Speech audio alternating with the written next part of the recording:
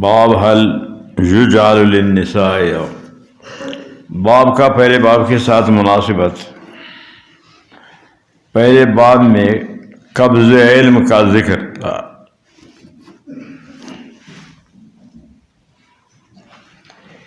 قبض علم کی وجہ سے علم کی یاد کرنے کا، حفظ کرنے کا ترغیب تھا۔ اس میں بھی علم کے یاد کرنے کا ترغیب ہے۔ حفظ علم کے بارے میں ہے دونوں باب، اس میں ضمناً اس میں صراحت ہے۔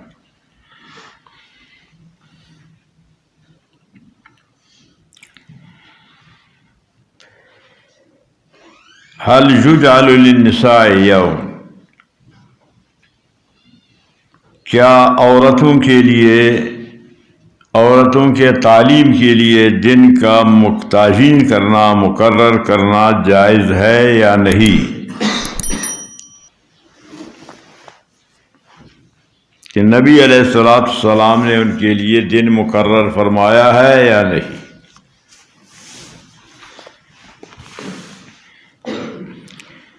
عورتوں نے مطالبہ کیا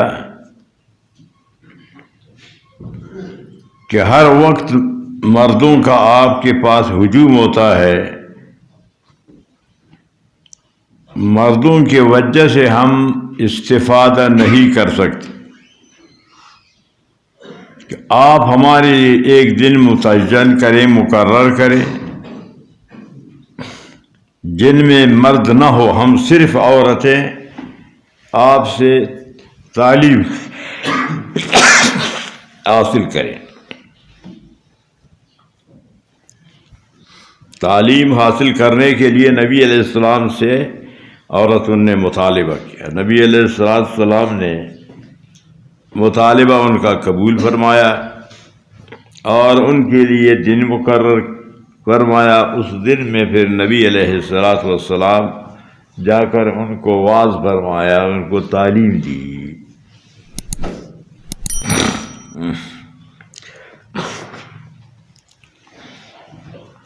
اب سوال یہاں یہ ہے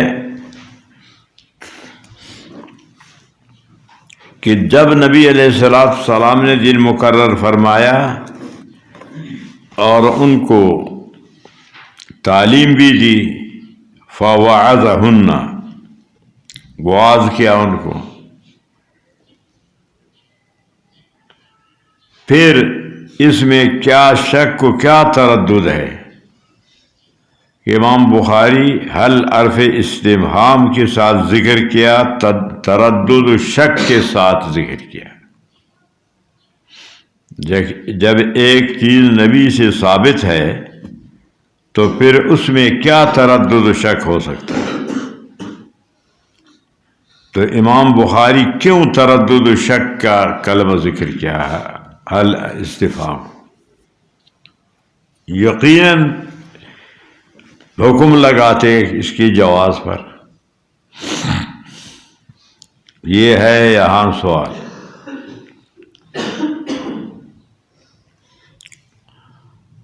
شارحین محدثین نے اس کا جواب دیا۔ شیخ الحدیث مولانا زکریا رحمۃ اللہ علیہ نے فرمایا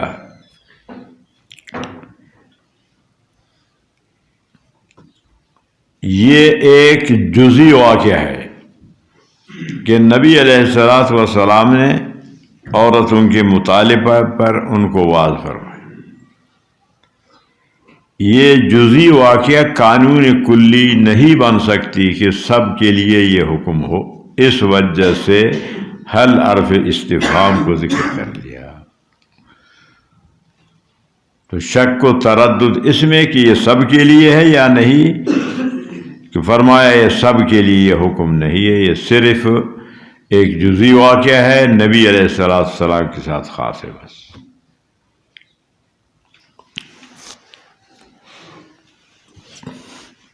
اور یہ اس کی ثبوت کہ خلفائے راشدین نے پھر یہ عمل نہیں کیا.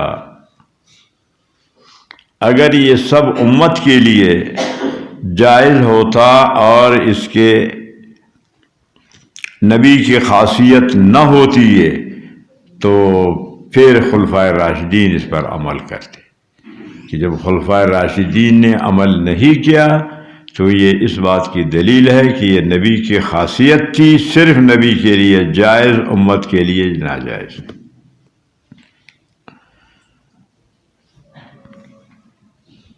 218 صفحہ کھولو.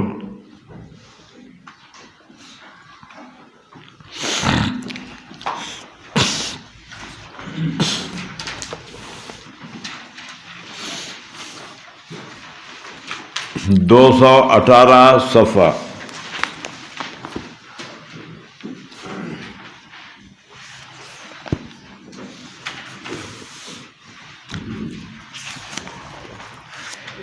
کہ حضرت عمر رضی اللہ تعالیٰ عنہ نے کیا فرمایا؟ شیئن صنعہ رسول اللہ صلی اللہ علیہ وسلم فلا نحب ان نترکہ. نبی کے عمل کو ہم نہیں چھوڑ سکتے. مل گیا یا نہیں ملا نا؟ کہ حضرت عمر رضی اللہ تعالیٰ عنہ خلفائے راشدین میں فرماتے ہیں کہ ہم نبی کے عمل کو نہیں چھوڑ سکتے. نبی نے عمل کیا، ضرور ہم اس پر عمل کیا. تو نبی نے تو واز کیا، تو حضرت عمر رضی اللہ تعالیٰ عنہ کیوں اپنے دور خلافت میں خلیفہ تھے، ان کو جمع کرتے، واز کرتے، کیوں نہیں کیا اس پر عمل؟ ادھر سے فرماتے ہیں کہ ہم نبی کے عمل کو نہیں چھوڑ سکتے، ادھر تو چھوڑ دیا.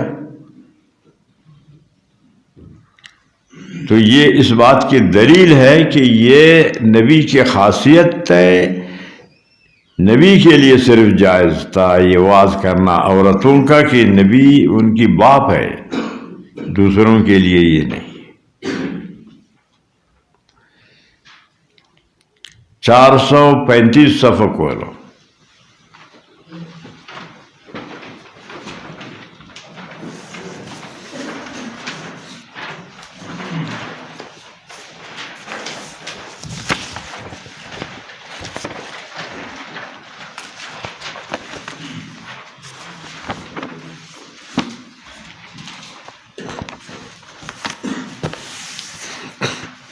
کھولا 435 صفحہ. تو صدیق اکبر رضی اللہ تعالیٰ عنہ کیا فرماتے؟ لست تارکا شیئا کان رسول اللہ صلی اللہ علیہ وسلم یعمل به الا انی عملت به. کہ نبی کے عمل کو ہم نے نہیں چھوڑا، نبی نے عمل کیا، ہم نے ضرور اس پر عمل کیا. مل گیا نا؟ تو یہ کام صدیق اکبر نے کیوں نہیں کیا؟ نبی نے عمل کیا تو صدیق نے یہ عمل کیوں نہیں کیا؟ تو ادھر سے فرماتے ہیں کہ ہم نبی کے عمل کو نہیں چھوڑتے، ضرور عمل کرتے، لیکن اس کو نہیں کیا. تو اس لیے کہ یہ نبی کی خاصیت تھی کہ یہ نبی کے لیے جائز، دوسروں کے لیے جائز. 4 بیویوں سے زیادہ امت کے لیے جائز نہیں، نبی نے 9 رکھا ہے. تو خاصیت ہے نا، سمجھ رہے ہیں نا؟ تو سنت اور خاصیت میں یہی فرق ہے کہ نبی کے عمل پر خلفائے راشدین نے عمل کیا تو معنی یہ ہے کہ یہ سنت ہے سب امت کے لیے، اور خلفائے راشدین نے جب عمل نہیں کیا تو معنی یہ ہے کہ یہ نبی کی خاصیت ہے، امت کے لیے کرنا جائز نہیں ہے. بات آ گئی سمجھ میں؟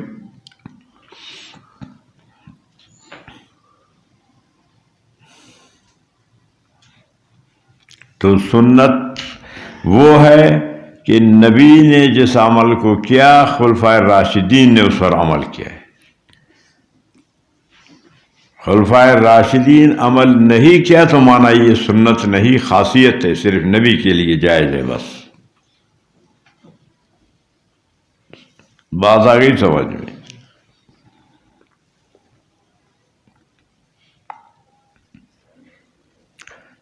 نفل نماز کو جماعت کے ساتھ پڑھنا فقہ میں پڑھا ہے کہ مکروہ ہے؟ پڑھا ہے یا نہیں پڑھا ہے؟ پڑھا ہے نا. تو نبی نے جماعت کے ساتھ نفل پڑھایا. حضرت انس رضی اللہ تعالیٰ عنہ کے گھر میں، اتبان بن مالک کے گھر میں نفل کو جماعت کے ساتھ نبی نے پڑھایا. تو وہاں بھی یہی جواب ہے کہ وہ نبی کی خاصیت ہے. جنازہ پڑھا کے قبر میں میت کو دفن کیا، پھر اس کے بعد قبر پر جنازہ نہیں ہے، لیکن نبی علیہ السلام نے پڑھایا، تو وہ نبی کی خاصیت ہے. عتق آزادی یہ مال نہیں، حق مار میں جائز نہیں ہے، مال شرط ہے، لیکن نبی نے عتق کو حق مار قرار دیا، یہ بھی بخاری میں ہے. تو یہ نبی کی خاصیت ہے، نبی کی جو خصوصیات ہے وہ صرف نبی کے لیے ہے، امت کے لیے جائز نہیں. سمجھا؟ تو عورتوں کا واز کرنا یہ نبی کی خاصیت ہے، صرف نبی کے لیے ہے، دوسروں کے لیے جائز نہیں. تو نبی کا یہ عمل خلفائے راشدین کے سامنے تھا، خلفاء نے عمل نہیں کیا اس پر. یہ حدیث آپ سے پہلے امام ابو حنیفہ کے یہ حدیث سامنے، تو امام ابو حنیفہ نے اس پر کیوں عمل نہیں کیا؟ اس نے کوئی واز عورتوں کا یا بنات کا کوئی مدرسہ ثابت کرو ائمہ سے. اس کے بعد پھر کابر علماء دیوبند اس سے ثابت کرو کہ انہوں نے بھی اس پر عمل نہیں. اگر یہ جائز ہوتا تو کابر علماء دیوبند اس پر عمل کرتے، وہ منات کا مدرسے کھولتے. بھائی سمجھ رہے یا نہیں؟ تو اب نہ آپ حنفی ہو تو امام ابو حنیفہ کو نہیں مانتے، دیوبندی ہو تو اکابر علماء دیوبند کو نہیں مانتے، ان سے تمہارا عمل خلاف ہے. پھر کیسے تم حنفی ہو، کیسے دیوبندی ہو؟ سمجھ میں آ گیا یا نہیں؟ بالکل آپ نہیں سمجھتے ہو. تعجب کی بات ہے، پڑھتے ہو تو پھر نہ سمجھتے ہو نہ پھر مانتے ہو. پھر آپ نے کہا حنفی مت کہو، امام ابو حنیفہ کو نہیں مانتے ہو، اس کے اتباع نہیں کرتے ہو تو حنفی مت کہو. اکابر علماء دیوبند کے طریقہ پر نہیں چلتے ہو، پھر آپ کو دیوبندی بھی مت کہو. تو حنفی کہتے ہو، دیوبندی تم لوگوں کو دھوکہ دیتے ہو، عمل خلاف ہے تمہارا، دعویٰ تمہارا حنفیت و دیوبندیت کا ہے، یہ دھوکہ ہے امت کے لیے، امت کو تم دھوکہ دیتے ہو. بات آ گئی سمجھ میں؟ اب بخاری کی یہ حدیث آپ کے سامنے ہے، کیا اس حدیث کو امام ابو حنیفہ نے نہیں دیکھا تھا؟ اگر امام ابو حنیفہ پھر عمل کیوں نہیں کیا اس پر؟ تو ثابت کر تم امام ابو حنیفہ سے یہ عمل. بھائی بات سمجھ رہے ہو یا نہیں؟ تو صحیح بات کو لوگ نہ سمجھتے ہیں نہ مانتے ہیں، غلط بات کو تو سب سمجھانا، اس کو سمجھتے بھی ہے مانتے بھی ہے.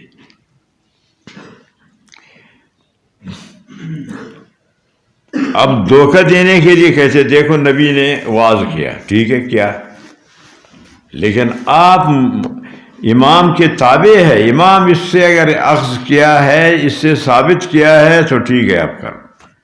اگر آپ اس براہ راست اس پر عمل کریں گے پھر تو آپ حنفی تو نہیں، پھر امام ابو حنیفہ کے مقلد تو نہیں ہو. بات آ گئی سمجھ میں؟ تو حل یجعل للنساء، ابو سعید خدری فرماتے قال النساء، قال النساء، قالت النساء، دونوں سے. عورتوں نے نبی صلی اللہ علیہ وسلم کا غلبنا علیک الرجال، مردوں کی کثرت سے، مردوں کی کثرت نے ہم پر غالب آ کر آپ سے استفادہ سے ہمیں روکا، فجعل لنا یوما من نفسک، آپ دن مقرر کر۔ فوعدہن، نبی السلام وعدہ کیا، لقیہن فیہ، اور اس دن میں پھر نبی علیہ السلام گئے، فوعظہن، ان کو واعظ کیا، وامرہن، اور ان کو حکم کر لیا صدقہ کا، تو فکان فیما قال لہن ما منکن امرأۃ، فرمایا کہ تم میں سے کوئی بھی عورت تقدم ثلاثۃ من ولدہا، جس کے بلوغ سے پہلے 3 بچے وفات کرے، الا کان لہا حجابا، یہ بچے ان کو روکنے والے بن جائیں گے جہنم سے، پھر وہ عورت جہنم میں نہیں جاتی۔ فقالت امرأۃ، ایک عورت نے کہا اثنین، 2 ہوں، فرمایا اثنین، 2 ہوں۔ ایک کا بھی روایت ہے کہ ایک بچہ جس کا بچپن میں وفات کیا ہے، وہ بھی ماں کو جہنم میں نہیں چھوڑے گا، روکے گا۔ ماں باپ کو یہ بچے بچپن میں وفات کریں گے، یہ روکنے والے بن جائیں گے، بچانے والے بن جائیں گے۔ بات سمجھ میں آ گئی؟ تو یہاں مطلق یہ نہیں کہ یہ بالغ ہو نابالغ ہو، اسی وجہ سے دوسری حدیث کو ذکر کیا کہ لم یبلغ الہنس، کہ بالغ نہ ہو۔ بالغ مکلف ہے، وہ خود اپنے اعمال کے لیے مسئول ہے، بالغ بچانے والا نہیں۔ ہاں، بالغ کے اعمال نیک یہ بھی بچانے،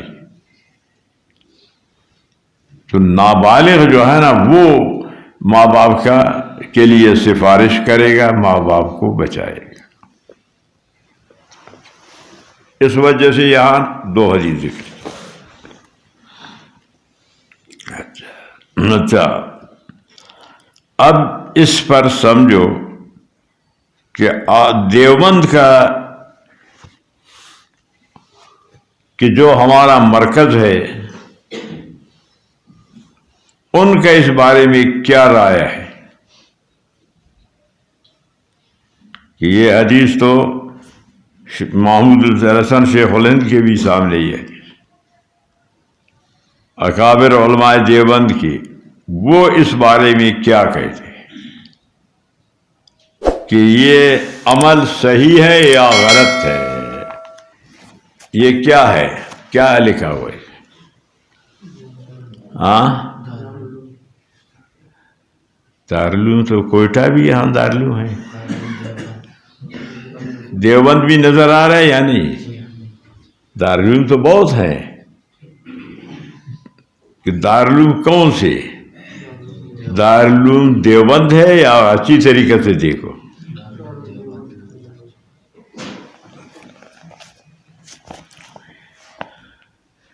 دارالعلوم دیوبند کا ترجمان ہے نا۔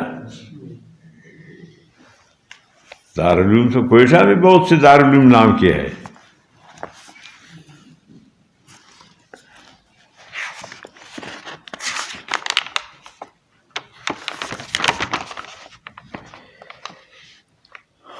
رجب تا شوال 1424 سنہ ہجری 1424، ستمبر تا دسمبر، ستمبر تا دسمبر، عیسوی 2003 کا ہے۔ سمجھا گیا؟ مہینہ رجب کا، رجب سے شوال تک کا یہ رسالہ، 1426 ہجری، 2003 عیسوی، ستمبر تا 10۔ سمجھا رہا ہے یا نہیں؟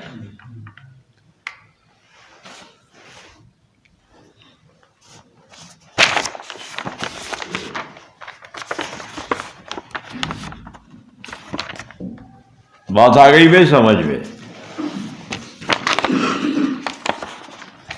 اب دیکھو کہ دارالعلوم دیوبند اس بارے میں کیا فرماتے ہیں۔ یہ بنات کے مدرسے کے بارے میں، عورتوں کے تعلیم کے بارے میں،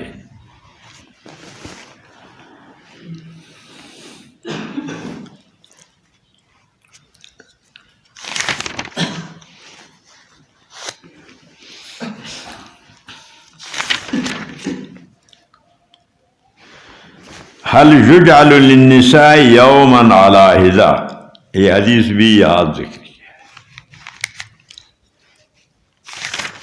یہی حدیث اس میں ذکر۔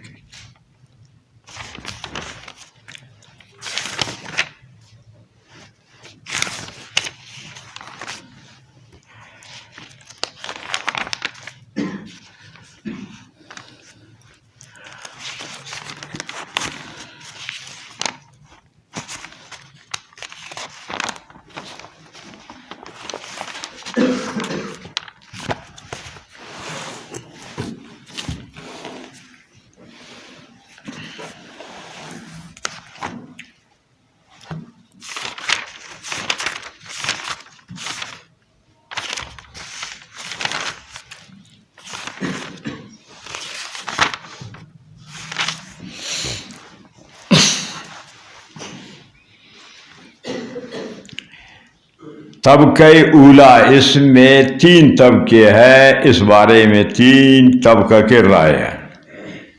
اس طبقے کا حال، طبقہ اولا یہ ہے کہ یہ نہ تعلیم نسوان کے حامی ہے اور نہ مخالف۔ ایک طبقہ نہ مخالف نہ موافق، خاموش، نہ اس کو صحیح کہتے ہیں نہ غلط۔ اور طبقہ ثانی ہے دوسرا طبقہ، یہ وہ طبقہ ہے جو تعلیم نسیان کا بالکل مخالف، اور اس کو نہایت مضر خیال کرتا۔ ایک وہ طبقہ ہے کہ اس کے بالکل مخالف ہے، اس کو بالکل مضر، نقصان دہ سمجھتے۔ ہوگا، ایسا بھی ہوگا، ایسا بھی طبقہ ہوگا، سمجھا گیا نا۔ اور طبقہ ثالثہ، تیسرا طبقہ، یہ وہ گروہ ہے جو تعلیم نسوان کے حامی ہے۔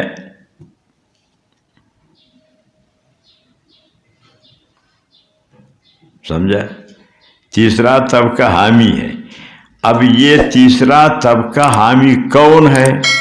یہ وہ گروہ ہے جو تعلیم نسوان کا حامی ہے۔ یوں تو یہ طبقہ اسی وقت رونما ہو چکا تھا جس وقت سر سید نے علی گڑھ کالج کی بنیاد رکھا۔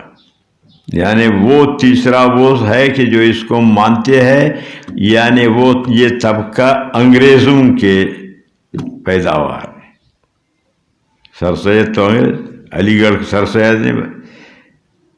ایک طبقہ ہے خاموش سکوت، نہ ہاں نہ جائز، دوسرا سخت مخالف، تیسرا وہ ہے کہ حامی ہے سخت۔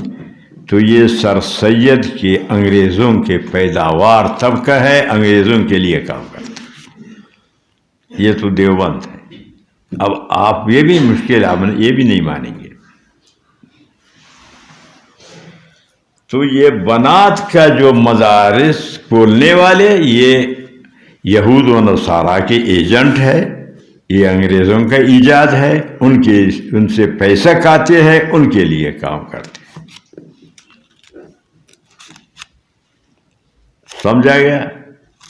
یہ تو میں نہیں کہتا، یہ دارالعلوم دیوبند ہے۔ سمجھا گیا؟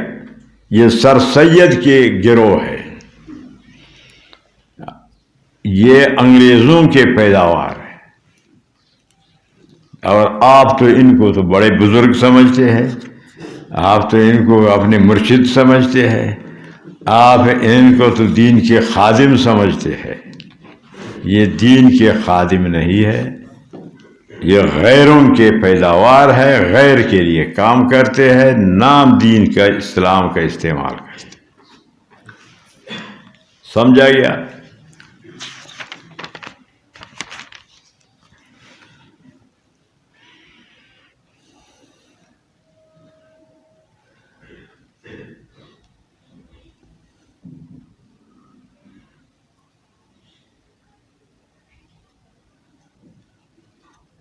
اسی طرح دینی تعلیم میں بھی عام واعظ، تبلیغ اور درس و تدریس وغیرہ متعدی خدمات دینیہ بھی عورت کے فرائض میں داخل نہیں۔ یہ کہ آپ کا درس و تدریس ہے، واعظ ہے، یہ مردوں کے لیے ہے، عورت کے ذمہ داری نہیں۔ یہ بھی دارالعلوم دیوبند کا میں پڑھ رہا ہوں اپنے طرف سے۔ اچھا، صبح سے یہ تعلیم زیادہ بابرکت و بااثر ثابت ہوئی ہے، اور بدرجہ مجبوری اس کا بھی مذائقہ نہیں۔ اور جہاں کہیں ایسی استانی نہ ملے، یعنی اور پڑھانے والی عورت نہ ملے، تو اپنے گھر کے مرد پڑھا دیا کریں، اپنے محارم گھر میں پڑھائیں۔ اجنبی مرد سے، سمجھانا، عورتوں کو تعلیم نہ دلائے۔ اب مرد شیخ الحدیث ہے۔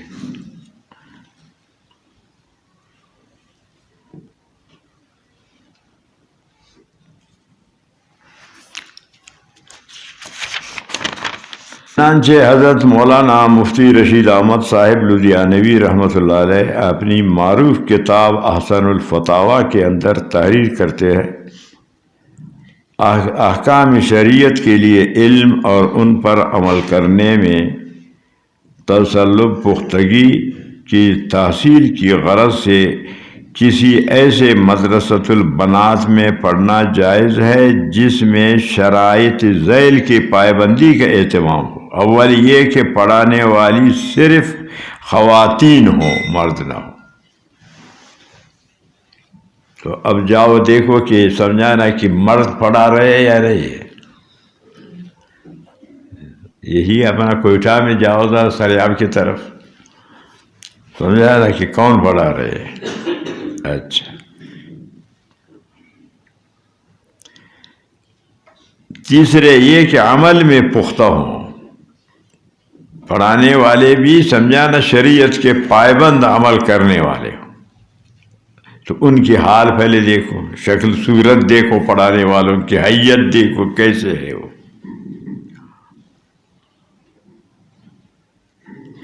اور متعلمات میں بھی عملی پختگی پیدا کرنے کی فکر رکھتی ہوں۔ معلمات جو ہے نا وردی پہن کر کے، متعلمات وردی پہن کر وہاں جاتی ہے۔ چوتھے یہ کہ نصاب تعلیم اور طریق کا مقصود محور یہی ہو جو اوپر بیان کیا گیا ہے، یعنی روز مرہ کی زندگی سے متعلق احکام شریعت کے علم اور اس کے مطابق عمل میں پختگی پیدا کرنا، الفاظ دیگر فکر آخرت پیدا کرنا۔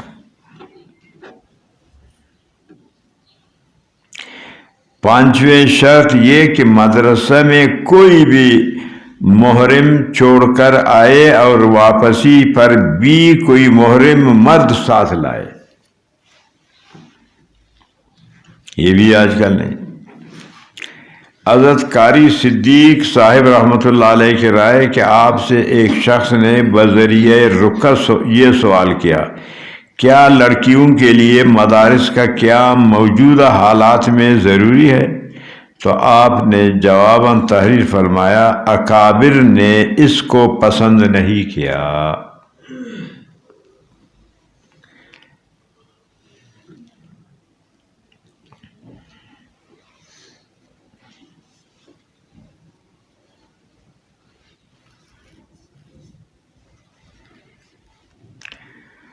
دارالعلوم وقف کا فتویٰ۔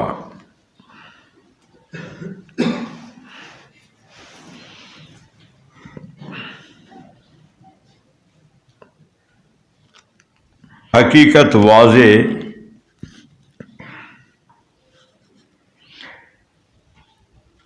واضح ہو چکی ہے کہ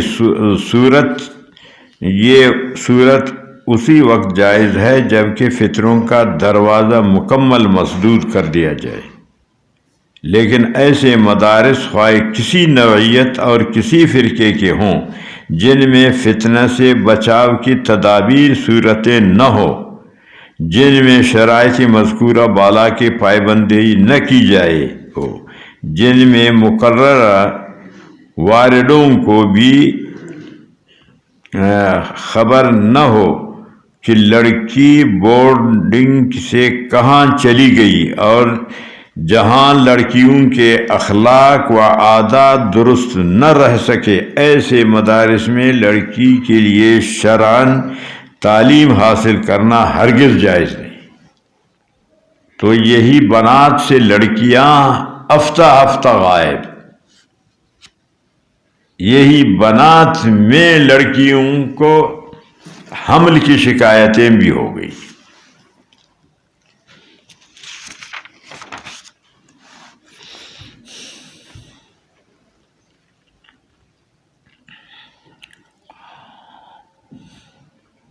انسان کی تیسری شکل یہ ہے کہ جیسے لڑکوں کے لیے مدارس قائم کیے جاتے ہیں جن میں ان کے قیام و طعام اور دوسری تمام چیزوں کا بندوبست کیا جاتا ہے، اسی طرح لڑکیوں کے لیے انتظامات کیا جائے۔ آج کل اس طرز کے مدارس کی بہتات ہے، ارکریہ شہر میں آئے دن اس طرح کے مدارس کھولے جا رہے ہیں، لیکن نقل عقل کی روشنی میں دیکھا جائے تو اس کی جواز کی کوئی شکل ہمیں نظر نہیں۔ یہ جو ہے مدارس ہے بنات کے، تو نہ شرعاً نہ عقلاً اس کا جواز ہے۔ یہ تو دارالعلوم دیوبند ہے، بلکہ یہ مفاسد کے اڈے بنتے جا رہے ہیں۔ وہاں لڑکیاں زیور تعلیم سے آراستہ کیا ہوں گی؟ ہم تو دیکھتے ہیں کہ ان مدارس کی تعلیم یافتہ خواتین عموماً شوہروں کے فرمان برداری کرنے کے بجائے ان پر حکومت جماتی ہے۔ یہ حافظات عالمات کا جہاں نکاح ہو تو پھر عدالت میں طلاق کے لیے پھر حاضری لگتی ہے۔ ہم نے بہت دیکھا، ایک نہیں کئی۔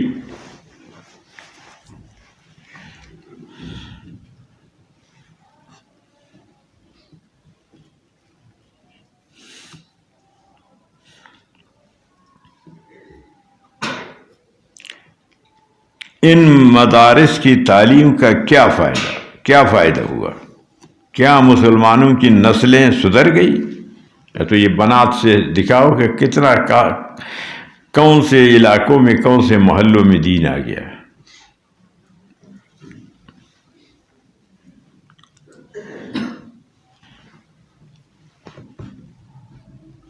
ان میں خیر کی مقدار پہلے سے زیادہ ہو گئی۔ عقلی اور مشاہداتی طور پر ان مدارس کے مفاسد، اخلاق حیا سوز واقعات کسی سے مخفی نہیں۔ آپ خود بتاؤ۔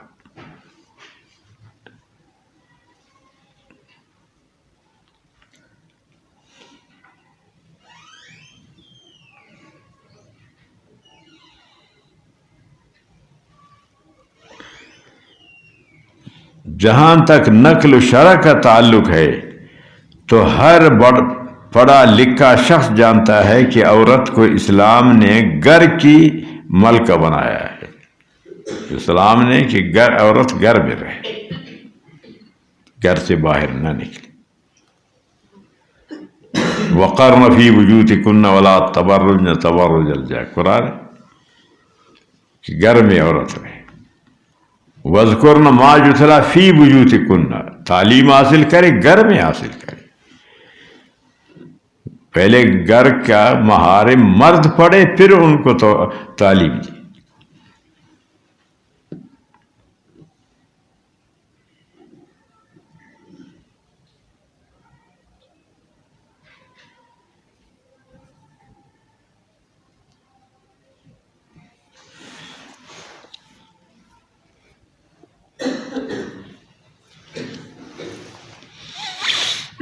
بات کے اخراجات اور عمارتوں کی تعمیر کے لیے رقومات کی فراہمی، مدرسہ سے گھر اور گھر سے مدرسہ تک کی واپسی کے لیے سواریوں اور گاڑیوں کا انتظام، یہ وہ تمام بنیادی اور اہم ضروریات ہیں جن کا انتظام عورتیں نہیں کر سکتی۔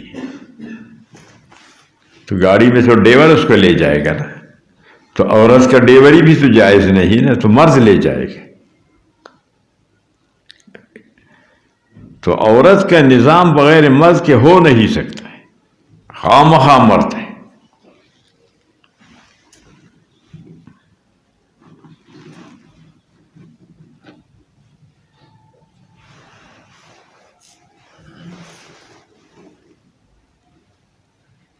اس صورت میں عورت کا مرد سے اختلاط نہ ہو یہ ممکن نہیں،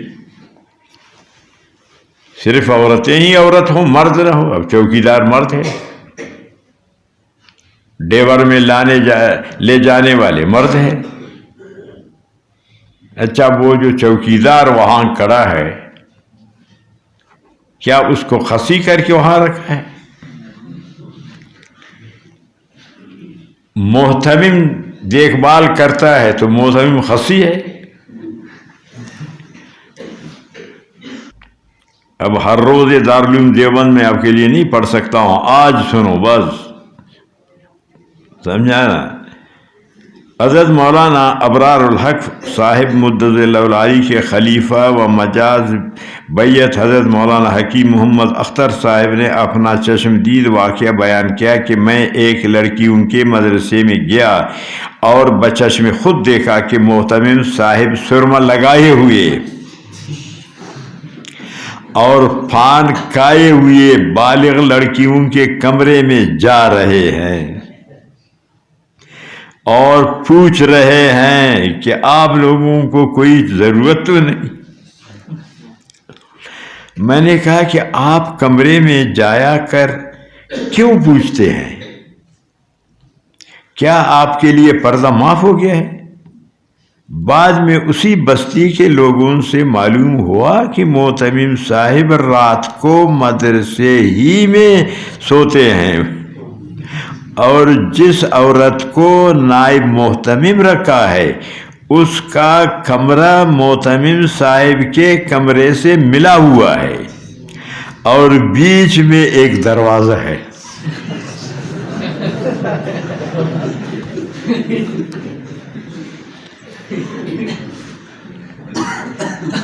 سمجھانا مولوی صاحبان،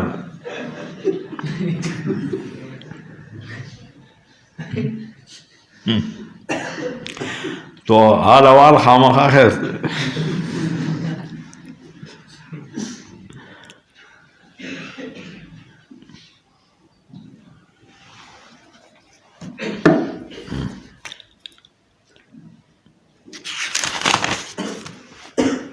قاری صدیق احمد صاحب اور حضرت تانوی رحمۃ اللہ علیہ کی آرابی ہدیہ قارئین کرتے تاکہ معلوم ہو جائے کہ کوئی بھی رائے اکابر کے خلاف نہیں اختیار کی گئی۔ چنانچہ وہ لکھتے ہیں، مدرسۃ البنات کا آج کل رواج بہت ہو گیا ہے۔ لوگوں کی دعوت پر میں ان کے مدرسے سے بھی گیا ہوں اور تقریر بھی کی ہے، لیکن میں مدرسہ نسوان سے متفق نہیں ہوں اور نہیں اس کو پسند کرتا ہوں۔ اس میں بہت سے سارے مفاسد ہیں۔ میرے طرز عمل سے لوگوں کو دھوکہ نہیں ہونا چاہیے۔ حضرت حکیم الامت حضرت تانوی اور مدرسۃ البنات، آپ تحریر فرماتے ہیں حکیم الامت حضرت مولانا اشرف علی تھانوی، عورتوں کو اسکولوں کے ذریعے سے بعض یا زنانہ مدارس کے ذریعے تعلیم دینا تو سب میں قاتل ہے، سب منظار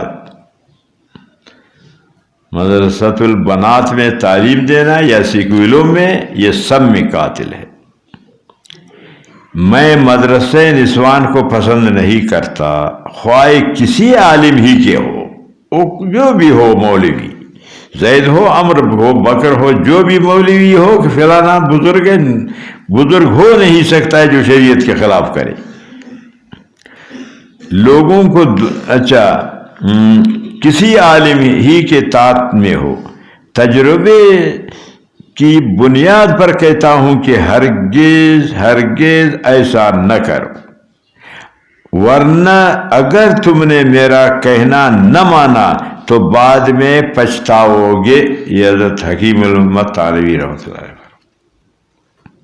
علیہ۔ آپ تو حکیم الامت کو مانتے ہیں۔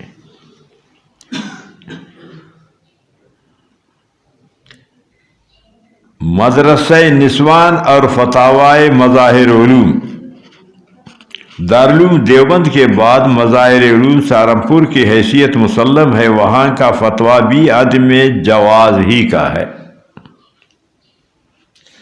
دارالعلوم کا فتویٰ بھی عدم جواز، مظاہر علوم کا بھی فتویٰ کہ بنات کا مدرسہ جائز نہیں۔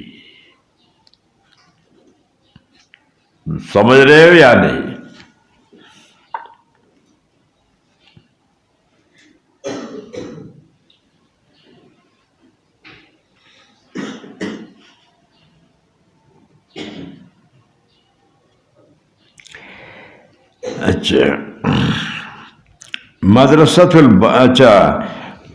لڑکیوں کے لیے تعلیم لڑکوں کی طرح ضروری ہوئی، مگر اس کے لیے مدرسۃ البنات قائم کرنا جس میں دارالاقامہ بھی ہو، لڑکیاں وہاں مستقل قیام کریں، یہ طریقہ سلف صالحین اکابر علماء سے ثابت نہیں ہے۔ عورت کا گھر سے نکلنا بہت بڑا فتنہ ہے۔ یہ تو ابھی شروع کیا ہے انگریز یہودیوں کے ایجنٹ مولویوں نے پیسہ کا کرنا، یہ کہاں تھا پہلے؟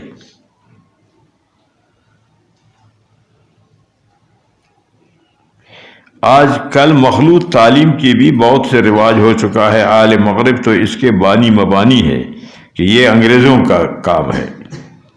اب تو اہل مشرق کی بھی دلچسپی اس سمت میں بڑھ گئی ہے، جبکہ شرعاً عقلاً کسی بھی طرح سے یہ جائز نہیں ہے۔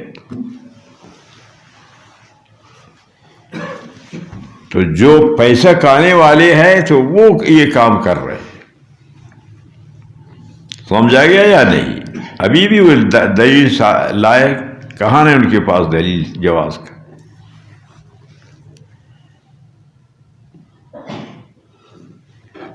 سمجھ رہے ہو مولوی صاحبان؟ مشکل ہے ایسے باتیں تمہیں، ہاں کہ بنات کا مدرسہ ہو یہ تمہیں سمجھ آئے گا۔